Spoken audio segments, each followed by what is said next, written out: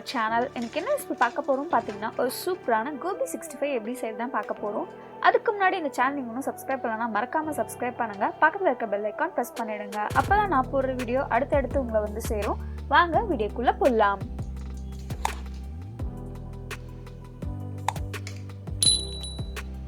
ஒரு லிட்டர் தண்ணியில 1/2 டேபிள்ஸ்பூன் உப்பு சேர்த்துக்கோங்க. 1/4 டேபிள்ஸ்பூன் மஞ்சள் தூள் சேர்த்துக்கோங்க. தண்ணி நல்லா கொதிக்கட்டும். இது கூட கட் பண்ணி வச்சிருக்க காலிஃப்ளவர் சேர்த்துக்கோங்க. அப்பதான் அதுக்குள்ள இருக்க வார்ம் பூச்சிங்கலாம் வெளியே வந்துடும். அதனால சுடு தண்ணியில சேர்த்துக்கோங்க. ஒரு 5 நிமிஷம் நல்லா ஊற வச்சு எடுத்துக்கோங்க. இன்னொரு பாத்திரத்துல 2 டேபிள்ஸ்பூன் இஞ்சி பூண்டு பேஸ்ட், 1/2 டேபிள்ஸ்பூன் உப்பு, 1 டேபிள்ஸ்பூன் மிளகாய் தூள், 1/2 டேபிள்ஸ்பூன் மிளகு தூள், 1/4 டேபிள்ஸ்பூன் கரம் மசாலா, 1 டேபிள்ஸ்பூன் தனியா தூள், 1/2 கப் அளவு கார்ன்ஃப்ளவர் சேர்த்துக்கோங்க. ஃபர்ஸ்ட் இப்போ இதை நல்லா மிக்ஸ் பண்ணி விடுங்க. 1/2 எலுமிச்சை பழத்தை பிழிஞ்சுக்கோங்க.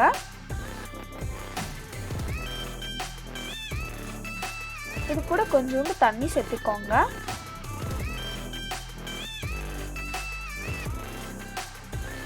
இதை நல்லா மிக்ஸ் பண்ணி விடுங்க. லூஸா மிக்ஸ் பண்ணி விடுங்க, டைட்டா வேண்டாம். இன்னும் கொஞ்சம் தண்ணி சேர்த்துக்கோங்க.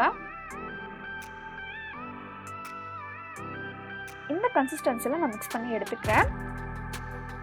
இப்போ நம்ம கட் பண்ணி வச்சிருக்க காலிஃப்ளவர் சேர்த்துக்கோங்க. இப்போ பார்த்தா மாவு வந்து தண்ணி மாதிரி தான் இருக்கும், ஒட்டாத மாதிரி இருக்கும். ஃபர்ஸ்ட் இது நல்லா மிக்ஸ் பண்ணிடலாம். அதுக்கு மேல கார்ன்ஃப்ளவர் போட்டு இந்த டைட் பண்ணிடலாம் மாவை. இப்போ இது நல்லா மிக்ஸ் ஆயிடுச்சு. இது கூட மிச்சம் வச்சிருக்க ஒரு 1/2 கப் மாவு சேர்த்துக்கோங்க.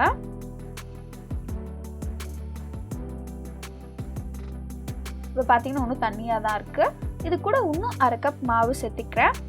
டோட்டலாக பார்த்தீங்கன்னா எனக்கு 1/2 கப் அளவு மாவு தேவைப்பட்டுச்சு 2 மீடியம் சைஸ் காலிஃப்ளவருக்கு. இப்போ இதை பொரிச்சிடலாம். இப்போ பார்த்தீங்கன்னா எண்ணெய் நல்லா சூடாகிடுச்சு. நம்ம எடுத்து வச்சிருக்க காலிஃப்ளவரை சேர்த்திக்கோங்க. ஹை ஃப்ளேமில் வச்சு பொரிச்சு எடுத்துக்கோங்க.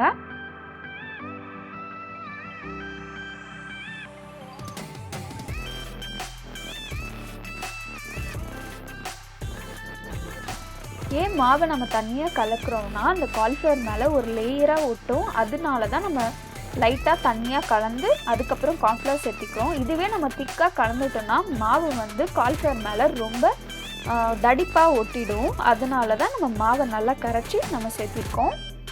இப்போ தனியாக பொரிச்சு எடுத்துக்கோங்க. குக்கரில் 3 கரண்டி அளவு எண்ணெய் சேர்த்திக்கோங்க. 2 டேபிள் ஸ்பூன் அளவு நெய்,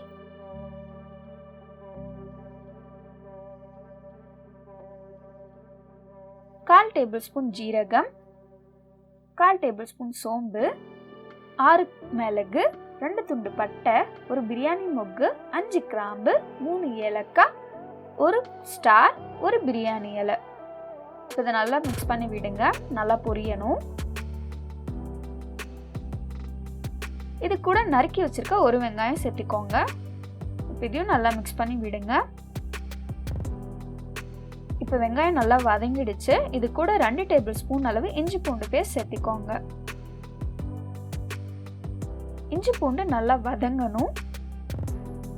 இது கூட ஒரு 4 தக்காளி சேர்த்துக்கோங்க. இப்போ இதையும் நல்லா மிக்ஸ் பண்ணி விடுங்க.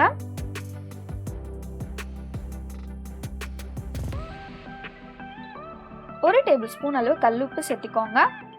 1/4 டேபிள் ஸ்பூன் மஞ்சள், 1 டேபிள் ஸ்பூன் மிளகாய் தூள், 1 டேபிள் ஸ்பூன் தனியா தூள், 1/4 டேபிள் ஸ்பூன் கரம் மசாலா. இப்போ இதையும் நல்லா மிக்ஸ் பண்ணி விடுங்க.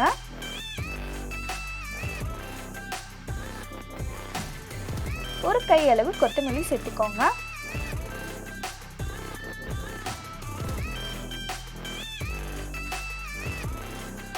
ஒரு 1/2 கப் அளவு தயிர் சேர்த்துக்கோங்க.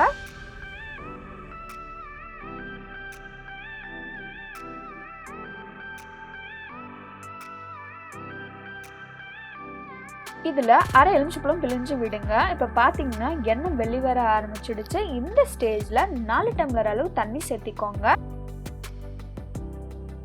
நான் 2 டம்ளர் அரிசியை அரை மணி நேரம் ஊற வச்சு எடுத்திருக்கேன். இப்போ இதில் உப்பு காரம் டேஸ்ட் பாருங்கள். உப்பு காரமும் கறிக்கிற அளவு இருக்கணும், அப்போ தான் கரெக்டாக இருக்கும். எனக்கு கரெக்டாக இருக்குது. அந்த ஸ்டேஜில் 2 டம்ளர் அரிசியை சேர்த்திக்கோங்க. இதில் தண்ணி ஃபுல்லாக அப்சர்வ் ஆகணும். அந்த ஸ்டேஜ் வரையும் வெயிட் பண்ணுங்கள். இப்போ பார்த்தீங்கன்னா தண்ணி எல்லாம் அப்சர்வ் ஆகிடுச்சு. இப்போ குக்கரை கவர் பண்ணி விசில் போட்டு மீடியம் ஃப்ளேமில் எவ்வளோ சிம்மில் வைக்க முடியுமோ அந்த ஸ்டேஜில் வச்சுருங்க.